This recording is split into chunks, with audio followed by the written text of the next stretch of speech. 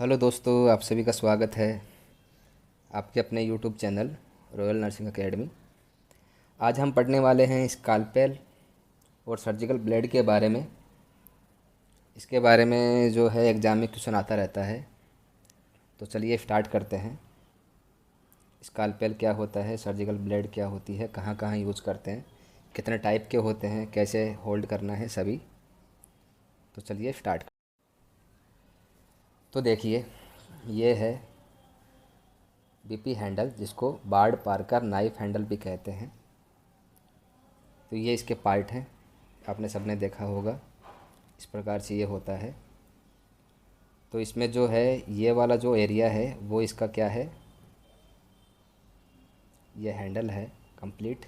Handle का जो cornering part है उसको अपन रूलर कहते हैं, और आगे वाला जो ये थिन पार्ट है इसको ब्लेड पॉइंट कहते हैं। कि जो सर्जिकल ब्लेड हम इंस्टॉल करेंगे उसके लिए यहाँ पे ये सॉकेट होता है, पॉइंट होता है, जिसको हम ब्लेड इंसर्शन पॉइंट या ब्लेड सॉकेट कहते हैं। तो ये देखिए, ये इमेज है स्कालपेल की। स्कालपेल क्या है, बीपी हैंडल क्या है और ब्लेड क्या है। देखिए, जब बीपी हैंडल से जब ब्लेड अटैच होती है तो वो होता है स्कालपेल, ठीक है। जब इस पे ब्लेड अटैच नहीं होती तो ये ओनली बीपी हैंडल कहलाता है, और ब्लेड तो ब्लेड कहलाती है। तो जब ब्लेड अटैच रहती है इसके, तो इसको हम कहते हैं क्या, स्कालपेल। तो स्कालपेल का काम जो है आप इजीली जानते हैं कि स्किन इंसिजन में काम में आते हैं, और कुछ टाइप के स्कालपेल या ब्लेड जो हैं वो सूचर रिमूविंग के काम आते हैं, ठीक है। तो ये देखिए, यहाँ पे दो प्रकार के बीपी हैंडल आपके सामने हैं। तो दोनों प्रकार में खास डिफरेंस क्या है आपको अच्छे से दिख रहा होगा कि ये दोनों ही जो है यहाँ पे ब्लेड सॉकेट जॉइंट जो है वो है यहाँ पे। बस यहाँ पे डिफरेंस जो है ये है कि यहाँ पे एक स्केल और है, एडिशनल स्केल है। तो ये स्केल इसलिए होती है कि ताकि इंसिजन के लिए हम कितना लंबा इंसिजन लगाना है वो हम मेजर कर सकें, टू मेजर इंसिजन। तो उसके लिए इस पे साथ में स्केल भी जो है, मेजरिंग स्केल जो है वो भी बनी होती है। और कुछ ऐसे आते हैं जिनके ऊपर स्केल नहीं होती है, जैसे कि यहाँ पे नहीं है। तो नहीं है तो इंसिजन ये मान लो कि हमें 5 सेंटीमीटर इंसिजन चाहिए, तो हमें अलग से जो है स्केल की यहाँ पे रिक्वायरमेंट रहेगी। जबकि इसमें जो है स्केल यहीं पे ऑलरेडी है, तो हम मेजर कर लेंगे, और मेजर करके जितना इंसिजन हमें देना है वो हम यहाँ ब्लेड इंस्टॉल करके और लगा लेंगे, ठीक है। तो अगर आपको स्केल देखने को मिल रही है तो भी वो बीपी हैंडल ही है, बट वो मेजरिंग बीपी हैंडल है, ताकि हम उसमें जो है उसको मेजर करके इसके इंसिजन दे सकें। अब ये देखिए, बीपी हैंडल जो हैं वो अलग अलग साइज़ में अवेलेबल होते हैं। मोस्टली जो बीपी हैंडल हैं वो अवेलेबल होते हैं साइज़ नंबर 3, 4, 5, 7 और 9। एक 6 का भी होता है, हालांकि बहुत कम यूज आता है, बट अब अवेलेबल होता है 6 का। तो 3, 4, 5, 6, 7, 9, ठीक है। तो आपके सामने ये जो बीपी हैंडल आपको दिख रहा है इसका साइज़ क्या है, ये साइज़ 3 है। तो देखो, मैं आपको अभी बता दूं, आगे हम और भी पढ़ेंगे इनके साइज़। 3 और 4 जो है हैंडल वो मोस्टली इस शेप के आते हैं। मतलब इनका शेप पीछे की तरफ बढ़ता जा रहा है कुछ का। देखो यहाँ पे हल्का सा बढ़ रहा है, यहाँ पे जो है शेप कम है, और इधर की तरफ क्या हो रही है, यहाँ पे थोड़ी बढ़ गई है, लेकिन इतनी नहीं बढ़ी है, इतना वाइड नहीं है। इसका रोलर जो है वो इतना वाइड नहीं है। या तो ये सेम होते हैं, यहाँ से आगे से सेम बिल्कुल, और पीछे से भी बिल्कुल सेम। तो ऐसे वाले जो हैंडल होते हैं वो होते हैं नंबर 3 और 4। तो नंबर 3 हैंडल क्या होता है और नंबर 4 हैंडल क्या होता है, बस इसमें जो इंस्टॉलेशन जो सॉकेट है ब्लेड के लिए वो बड़ा होता है, 3 में छोटा होता है और 4 में बड़ा होता है, ठीक है। ये बेसिक डिफरेंस होता है, बाकी इनमें कोई डिफरेंस नहीं होता। तो जैसे कि ये 3 नंबर का था, आपको इमेज जो है अच्छे से समझ आ गई यहाँ पे। जैसे कि हम यहाँ पे देखते हैं नंबर 4, जैसे कि मैंने अभी बताया था आपको पिछली इमेज में कि 3 और 4 नंबर जो हैं वो लगभग सिमिलर शेप के होते हैं, एक्सेप्ट क्या, कि जो निडल इंसर्शन पॉइंट है वो 4 नंबर का क्या होता है, बड़ा होता है, ठीक है। तो 3 और 4 नंबर हैंडल आपको इजीली समझ आ गया मेरे ख्याल से। ठीक है, लगभग लगभग यहाँ यहाँ और यहाँ की जो शेप है वो इसके इक्वल होती है, या फिर अगर ये वाइड होती जाती है तो हल्का सा वाइड होती है। बट 5 और 6 नंबर आपको इजीली याद हो जाएगा बीपी हैंडल। वो कैसे याद हो जाएगा कि ये पत्ती के शेप के होते हैं, मतलब पत्ती वो क्या बोलते हैं, पक्षी के जो पंख होते हैं, फैदर जो होते हैं, फैदर शेप का होता है, देखो यहाँ पे। ठीक है, पंख के आकार का है ये, यहाँ पे इतना वाइड हो गया है, ये ज़्यादा वाइड हो गया है। तो 5 और 6 दोनों सेम शेप के होते हैं। सेम वही डिफरेंस है जो 3 और 4 में था। क्या डिफरेंस है? निडल पॉइंट इंसर्शन जो है वो 3 में छोटा था, 4 में यहाँ बड़ा है। तो 5 में क्या होगा? छोटा होगा, और 6 में क्या होगा? बड़ा होगा। बस इतना सा डिफरेंस है। बाकी 6 की शेप जो है वो ऐसी ही होगी, फेदर शेप का होगा, सेम टू सेम। बट क्या होगा? उसका जो निडल इंसर्शन पॉइंट जो है वो क्या होगा? बड़ा होगा। 5 का क्या है? छोटा है। तो देखिए ये है आपके सामने 6 नंबर। तो देखिए सेम टू सेम वही फेदर लाइक शेप है यहाँ पे। ठीक है, बस यहाँ पे डिफरेंस जो है वो क्या है, अभी जो हमने डिस्कस कर लिया वो क्या है, निडल इंसर्शन पॉइंट जो है वो इनका क्या होगा? बड़ा होगा। ओके, अब बात करते हैं 7 नंबर और 9 नंबर। तो ये ओपोजिट होते हैं 3 और 4 नंबर के। ओपोजिट का मतलब ओपोजिट कैसे होंगे? जैसे कि मैंने ये कहा था कि वो या तो वो बिल्कुल इस शेप के होंगे हैंडल, आगे से और पीछे से जितने बराबर हैं उतने ही ये होंगे। ठीक है, या फिर ये होंगे कि ये हल्के से वाइड होते जाएंगे यहाँ पे, लेकिन इतना वाइड नहीं होंगे, पंख की शेप नहीं बनेगी जैसे कि ये वाला। ठीक है, तो इसका उल्टा क्या हुआ कि इनकी साइज़ आगे जहाँ निडल इंसर्शन पॉइंट है यहाँ से वाइड होते हैं, और रोलर साइड से क्या है, ये छोटे होते जाते हैं। ये देखो, ये यहाँ पे शेप देखो, ये इसकी देखो। ठीक है, तो ये होते हैं 7 और 9 नंबर के। अब इनमें भी अलग से हम डिफ्रेंशिएट करें कि 7 नंबर को हम कैसे पहचानें और 9 नंबर को कैसे पहचानें। तो देखो कैसे पहचानोगे कि अगर पीछे से रूलर साइज से अगर शेप घटती जा रही है, कम होती जा रही है, तो वो 7 और 9 हो सकता है। लेकिन अगर उसमें नेक भी प्रेजेंट है तो वो 7 नंबर है, और अगर नेक प्रेजेंट वहाँ नहीं है तो वो 9 नंबर है। अगर वहाँ नेक प्रेजेंट है तो वो 7 नंबर है, और नेक प्रेजेंट नहीं है तो 9 नंबर है। तो हम इजीली जो है वो देख के समझ सकते हैं कि इनमें साइज में लेंथ वाइज लंबा कौन होगा? 7 नंबर होगा, क्योंकि इसमें क्या प्रेजेंट है? नेक प्रेजेंट है, ये वाला, ये एक्स्ट्रा पार्ट प्रेजेंट है यहाँ पे। ठीक है, तो ये मोस्टली प्लास्टिक सर्जरी में यूज आता है। कहाँ काम आता है? मोस्टली प्लास्टिक सर्जरी जो है, जहाँ पे अपने को पेंसिल की तरह इसको पकड़ना होता है, जब पेंसिल ग्रिप बनानी होती है हमें स्कालपेल की, उस समय हम 7 नंबर, क्योंकि प्लास्टिक में आप जानते हैं प्लास्टिक सर्जरी जब होती है तो बहुत ही माइनर छोटे छोटे इंसिजन हमें देने होते हैं। तो उनका प्रीसीजन या फिर जिसको एक्यूरेसी हम बोलें वो हमें को अच्छा रखना होता है। तो वहाँ पे हम क्या है, 7 नंबर जो है वो मोस्टली यूज़ करते हैं प्लास्टिक सर्जरी में। तो ईजिली मेरे ख्याल से समझ में आ गया। 3 और 4 पीछे से बड़े होते जाते हैं, बट फेदर शेप के नहीं होते। और 3 और 4 में भी क्या डिफरेंस था कि निडल इंसर्शन पॉइंट जो था वो 3 में छोटा था, 4 में बड़ा था। 5 और 6 में ये दोनों सेम शेप के हैं, फेदर शेप के हैं, बट निडल इंसर्शन पॉइंट 5 में छोटा है और 6 में बड़ा है। और 7 और 9 का मैंने बता दिया कि ये पीछे से रूलर साइड से क्या होते जाते हैं? छोटे होते जाते हैं। ठीक है, पतले होते जाते हैं। और इनमें भी अगर अपने को डिफ्रेंशिएट करना हो, इजीली याद करना हो, तो जिसमें नेक प्रेजेंट है वो 7 नंबर है, जिसमें नेक एब्सेंट है वो 9 नंबर है। तो चलिए आगे चलते हैं। अब हमने स्कालपेल सारे वो बीपी हैंडल सारे पढ़ लिए हैं, कितने कितने नंबर के होते हैं, कैसे कैसे हम उनको डिफ्रेंशिएट कर सकते हैं, याद कर सकते हैं। अब हम आ गए हैं ब्लेड पे। तो ये है स्कालपेल ब्लेड। ठीक है, जिसको हम सर्जिकल ब्लेड भी बोलते हैं। तो देखिए इसके पार्ट होते हैं क्या, ये इसका टिप होता है, कोई भी एक जो ब्लेड है तो उसका टिप होता है, और टिप के नीचे नीचे उसकी जो धार होती है, मतलब शार्प एज जो होता है वो प्रेजेंट होता है। ये अपना बीपी हैंडल सॉकेट जो है वो यहाँ पे प्रेजेंट है, जिसको हम की स्लॉट कहते हैं, या फिर बीपी हैंडल सॉकेट या बीपी हैंडल पॉइंट भी कहते हैं।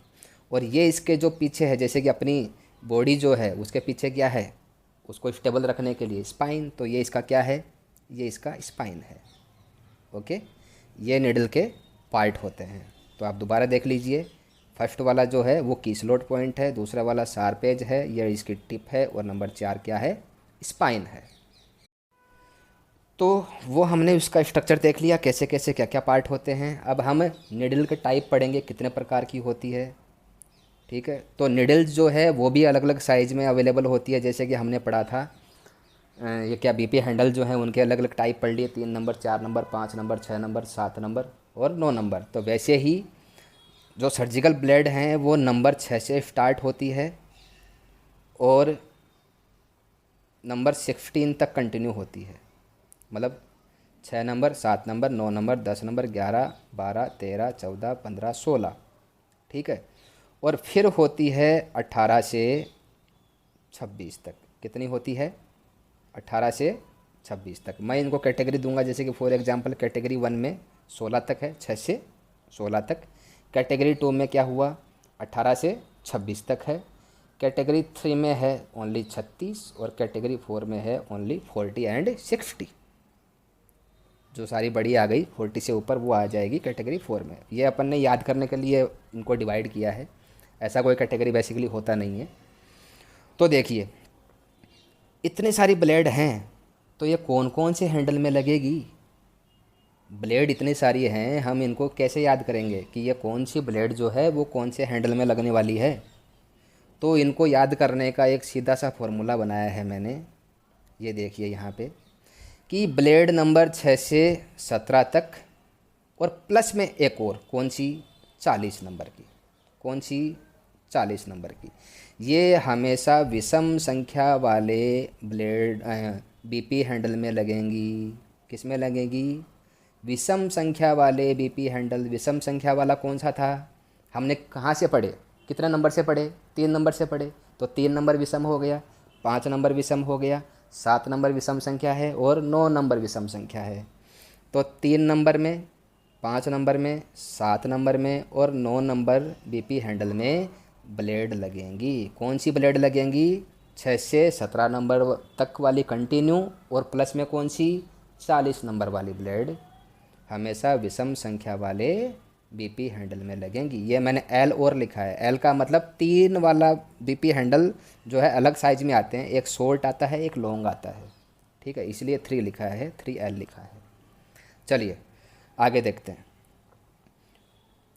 अब देखो ये मैंने यहाँ आपको बता दिया, क्या बताया, कि 6 से 17 तक और प्लस में 40 नंबर वाली ब्लेड जो है वो हमेशा विषम संख्या वाले बीपी हैंडल में लगेंगी। ओके, तो अब बाकी जो बच गई, बाकी कौन सी बच गई, 18 से जो 27 नंबर तक, 18 से 27 नंबर तक, और एक कौन सी बच गई, 36 नंबर वाली। कौन सी बच गई, 36 नंबर वाली। तो ये हमेशा सम संख्या वाले बीपी हैंडल में लगेंगी। कहाँ लगेगी, सम संख्या वाले बीपी हैंडल में। और सम संख्या वाला कौन सा बच गया, अब 4 नंबर और 6 नंबर। कौन कौन सा बच गया, 4 नंबर और 6 नंबर। तो 4 नंबर और 6 नंबर जो बीपी हैंडल है उसमें ये लगेंगी। ठीक है, तो मेरे ख्याल से ये बहुत ही इजी वे में आपको याद हो गया है। चलिए नेक्स्ट चल। अब हम वैसे पढ़ेंगे कि ब्लेड वाइज जो मोस्ट इम्पोर्टेंट जो ब्लेड हैं, सॉरी जो ब्लेड हैं और जो मोस्ट कॉमनली यूज होती हैं उनके बारे में हम देखेंगे। तो सबसे पहले है सर्जिकल ब्लेड नंबर 10। कौन सी, सर्जिकल ब्लेड नंबर 10। ये देख लीजिए, ये इसकी शेप है, ऐसे यहाँ पे लिखा होता है हमेशा नंबर कि कौन सी ये ब्लेड है। तो देखिए किस में काम में लेते हैं, मोस्टली जो छोटे इंसिजन लगते हैं, मोस्टली छोटे इंसिजन लगते हैं मसल या स्किन पे, उसमें ये काम में आती है। अब छोटे इंसिजन भी कौन सी सर्जरी में, देखो यहाँ पे लिखा है कि कोरोनरी आर्टरी बाईपास ऑपरेशन जो होता है उसमें, कोरोनरी आर्टरी बाईपास ऑपरेशन, जब थोरेसिक सर्जरी में जब ब्रोंकस को हमें इंसिजन लगाना होता है तब, और साथ में इंग्वाइनल हर्निया का जब हम रिपेयर करते हैं तो उस समय 10 नंबर जो ब्लेड है वो यूज आती है। ठीक है, इतना ये, हालांकि आपको मेरे ख्याल से ये याद करने की ज़रूरत नहीं है क्योंकि इतना डीपली कभी भी एम्स नहीं पूछेगा। मैक्सिमम ये पूछ सकता है कि ये ब्लेड कौन सी है या फिर कहाँ काम में आती है, किस प्रकार का इंसिजन हम इससे लगाते हैं। नेक्स्ट वाली है नंबर 11 ब्लेड। 10 नंबर हमने पढ़ लिया, 11 नंबर भी मोस्टली यूज होती है, कई बार इस पर क्वेश्चन भी आ चुका है। तो स्टैब इंसिजन जो हम लगाते हैं, स्टैब इंसिजन मतलब चुभाने वाला, कि सीधा इंसिजन मतलब जब हम 90 डिग्री पे जब स्किन को ये मान लो परफोरेट करते हैं, ठीक है, 60 से 90 डिग्री पे जब हम इसको परफोरेट करना होता है स्किन को, तो उनको हम बोलते हैं स्टैब, सीधा घोंपना जिसको हम बोलते हैं हिंदी में। तो घोंपने वाले जब हम ये लगाते हैं कोई भी इंसिजन, तो उनमें 11 नंबर जो ब्लेड है वो काम में आती है। ये नुकीली होती है, बिल्कुल चाकू की तरह होती है, जो पेन्ना चाकू होता है, ठीक है। इस पर लिखा है यहाँ पे 11 नंबर।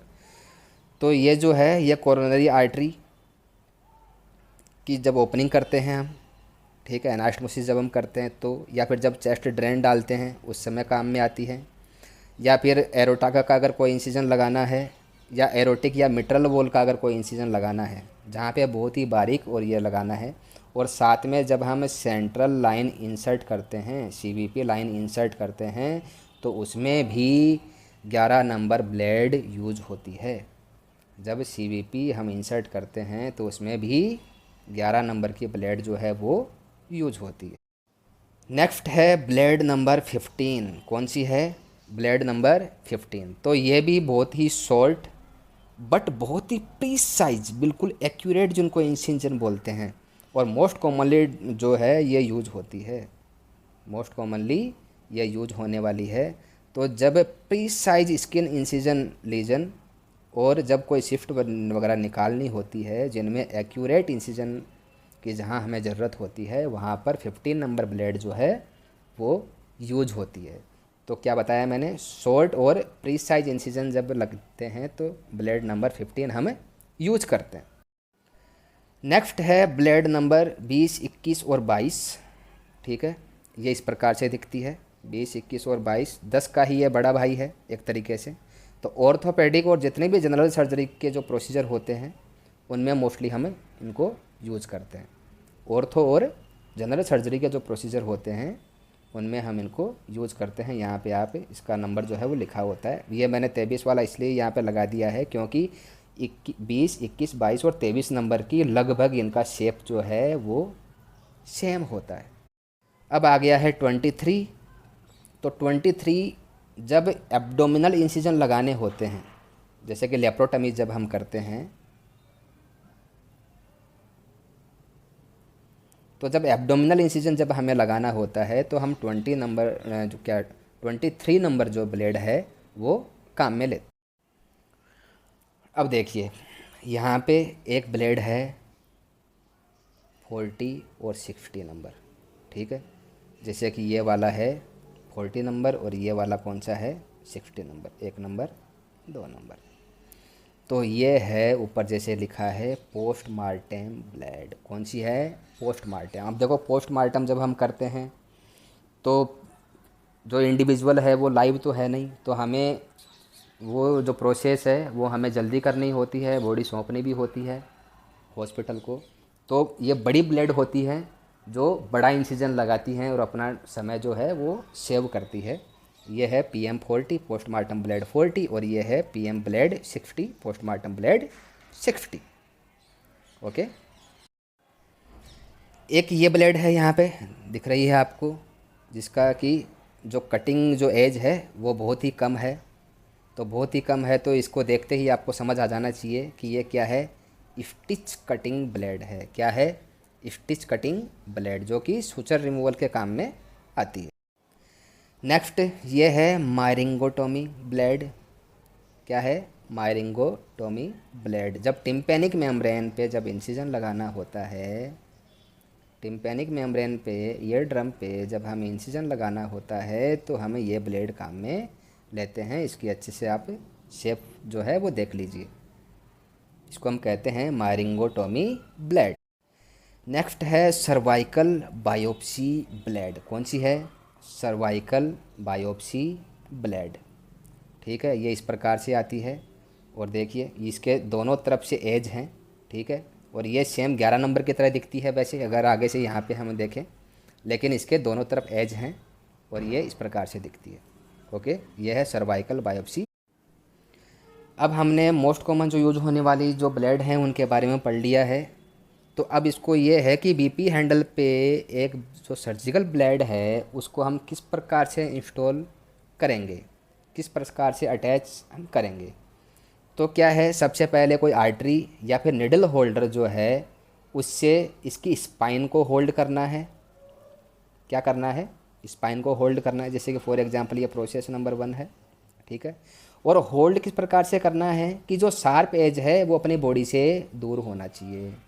क्या होना चाहिए कि जो शार्प एज है वो अपनी बॉडी से दूर होना चाहिए हमेशा। हमेशा मतलब जब इंस्टॉल करते समय भी और अनइंस्टॉल करते समय भी, अटैच करते समय भी और डिटैच करते समय भी क्या होना चाहिए, अपनी बॉडी से शार्प एज जो है वो हमेशा दोनों दूर होना चाहिए।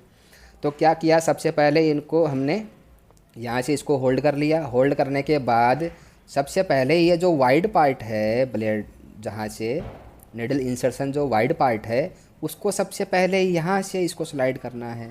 जैसे कि दूसरे डायग्राम में देखो, इस वाले में यहाँ इसको फिट कर लिया पहले, ठीक है।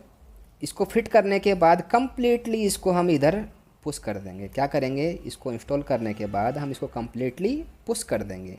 और पुश करने के बाद इसको हम अच्छे से जो है थोड़ा हिला के देख लेते हैं कि ये कम्प्लीटली फिट हो गई है कि नहीं, ठीक है। इसको अच्छे से हम चेक कर लेते हैं। ऐसा नहीं हो कि स्किन अगर ये सही से अगर इंस्टॉल नहीं होगी तो स्किन इंसिजन जहाँ पे हम लगा रहे हैं वो सही नहीं लगेगा, ठीक है। या फिर ब्लेड जो है वो डिटैच भी हो सकती है।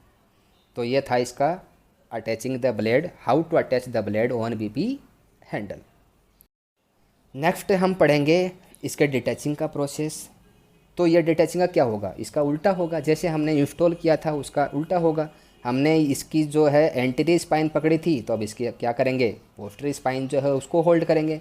और पोस्टरी स्पाइन को होल्ड करेंगे तो पहले इसको ऊपर होल्ड करेंगे ऐसे, यहाँ से इसको निकालेंगे और निकालने के बाद इसके इधर धक्का देंगे। क्या करेंगे, निकालने के बाद इसको इधर धक्का देंगे। देखो ये वाली इमेज देखो, ठीक है, ऊपर की तरफ और फिर इधर की तरफ। लेकिन एक बात आपने नोट की, क्या किया कि यहाँ पे जो शार्प एज है वो यहाँ भी अपनी बॉडी से दूर है, कि जो शार्प एज है वो यहाँ भी अपनी बॉडी से क्या रखा है, हमने दूर रखा है। और जब ये पार्ट यहाँ से निकल जाएगा तो कम्प्लीटली हम इसको इधर पुश कर देंगे और अपनी बॉडी, अपनी ब्लेड जो है वो कम्प्लीटली क्या हो जाएगी, डिटैच हो जाएगी।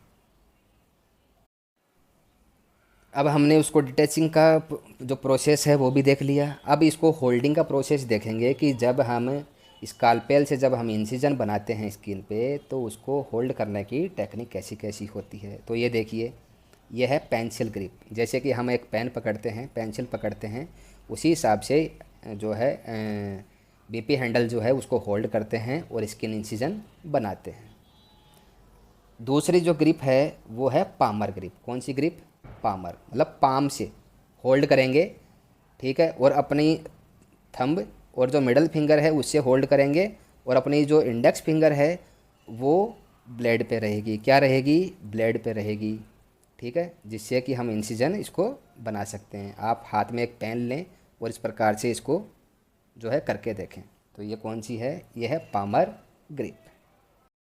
एक ग्रिप ये है, देखो यहाँ पे मुझे ये बताओ, ग्रिप तो बाद में पढ़ेंगे, पहले ये बताओ ये कौन सा हैंडल है, ये कौन सा बीपी हैंडल है, कितना नंबर है ये, याद आया, ये है 7 नंबर। कौन सा है, 7 नंबर, क्योंकि हमने एक ही ऐसा हैंडल पढ़ा है जहाँ पे नेक प्रेजेंट थी। देखो यहाँ पे क्या है, नेक है। और मैंने ये भी बताया था कि ये मोस्टली कहाँ यूज़ करते हैं, प्लास्टिक सर्जरी में। कहाँ यूज़ करते हैं, प्लास्टिक सर्जरी, ठीक है। तो देखिए ये जो एक और ग्रिप आ गई है, कौन सी है, रिवर्स कटिंग ग्रिप। कौन सी है, रिवर्स कटिंग। रिवर्स कटिंग में क्या है कि हम ब्लेड को उल्टा चलाते हैं, ऊपर से नीचे नहीं, नीचे से ऊपर चलाते हैं, ठीक है। ये देखिए यहाँ पे, ठीक है, ब्लेड की जो शार्प एज है वो अपनी बॉडी से दूर है, जबकि पीछे वाले में अपने क्या था कि जो शार्प एज था वो अपनी बॉडी की तरफ था, ठीक है। एक ये है डिनर नाइफ पोजीशन है होल्ड करने की। ये जो पामर है उसी का ही एक दूसरा रूप है कि जब इंसिजन हम दूर से लगाना स्टार्ट करते हैं तो अपना जो हैंड क्या होता है, एक्सटेंड पोजीशन में रहता है। यहाँ पे एंगल ज़्यादा है, एक्सटेंड रहता है। और जैसे जैसे हम इंसिजन लगा के अपनी बॉडी के पास आते हैं, इंसिजन जब फिनिश होने वाला होता है तो उस समय अपना हैंड जो है वो फ्लेक्शन में आ जाता है। देखो यहाँ पे एंगल कम हुआ है, क्या हुआ है, यहाँ पे फ्लेक्शन हुआ है, क्या हुआ है, फ्लेक्शन। यहाँ पे क्या था, एक्सटेंशन था, क्या था, एक्सटेंशन। ठीक है। तो ये होती है डिनर नाइफ पोजीशन, कि जैसे हम केक काटते हैं तो ऐसे ही स्किन के ऊपर इंसिजन लगाते हैं। तो ये है डिनर नाइफ। अब ये देख लीजिए, वहाँ हमने पीछे जिक्र किया था कि 40 और 60 नंबर के ब्लेड का, और मैंने बोला था कि ये पोस्टमार्टम में यूज़ होती है। ठीक है।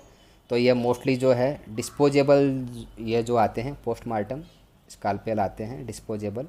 ठीक है। तो ये देखिए, ये 40 नंबर है, हालांकि ये भी 40 नंबर ही है। ठीक है। तो इस प्रकार से ये दोनों जो हैं ये होते हैं। तो अगर बाई चांस एग्ज़ाम में पूछे आपसे, ठीक है, तो ये क्या है, ये है पोस्टमार्टम स्कालपेल, पोस्टमार्टम नाइफ। अब एक ये इंस्ट्रूमेंट और देख लीजिए, इसको हम स्किन ग्राफ्ट हैंडल कहते हैं। क्या कहते हैं, ये वाला क्या है, स्किन ग्राफ्ट हैंडल। कि जब स्किन ग्राफ्ट लेना होता है तो उसमें काम में लेते हैं, स्किन ग्राफ्ट हैंडल। और ये इसकी क्या है, ब्लेड है। ये इसकी क्या है, ब्लेड है। और ये इसके कुछ क्या होते हैं, स्क्रू होते हैं, जिनकी सहायता से ये यहाँ पे इंस्टॉल हो जाती है। अब कुछ बीपी हैंडल ऐसे भी आते हैं जो रिट्रैक्टेबल होते हैं। ये मेटलिक नहीं आते हैं, ये जो है पीवीसी के बने आते हैं, प्लास्टिक के आते हैं, सिंगल यूज होते हैं, बट ये रिट्रैक्टेबल होते हैं। रिट्रैक्टेबल का मीन्स कि ये जो ब्लेड है, जब हम इसको, ये जो प्लंगर जो इसका है, इसको जब इधर पुश करेंगे तो ये ब्लेड भी इसके अंदर जो है वो चली जाएगी और हम इसको फिर डिस्कार्ड कर देंगे। तो यहाँ पे स्टैब इंजरी के चांसेज मिनिमम हो जाते हैं। ये क्या हो जाता है, स्टैब इंजरी के चांसेज यहाँ पे क्या हो जाते हैं, बहुत ही मिनिमम हो जाते हैं। और इनको कैप करने की ज़रूरत नहीं पड़ती।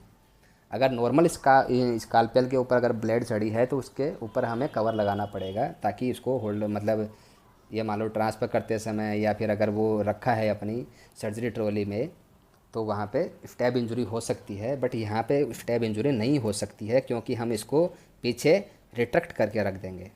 ओके। तो ये आते हैं retractable BP handle. Thank you. Video कैसा लगा कमेंट में ज़रूर बताइएगा। और चैनल को सब्सक्राइब नहीं किया है तो चैनल को प्लीज़ सब्सक्राइब कर लें। धन्यवाद।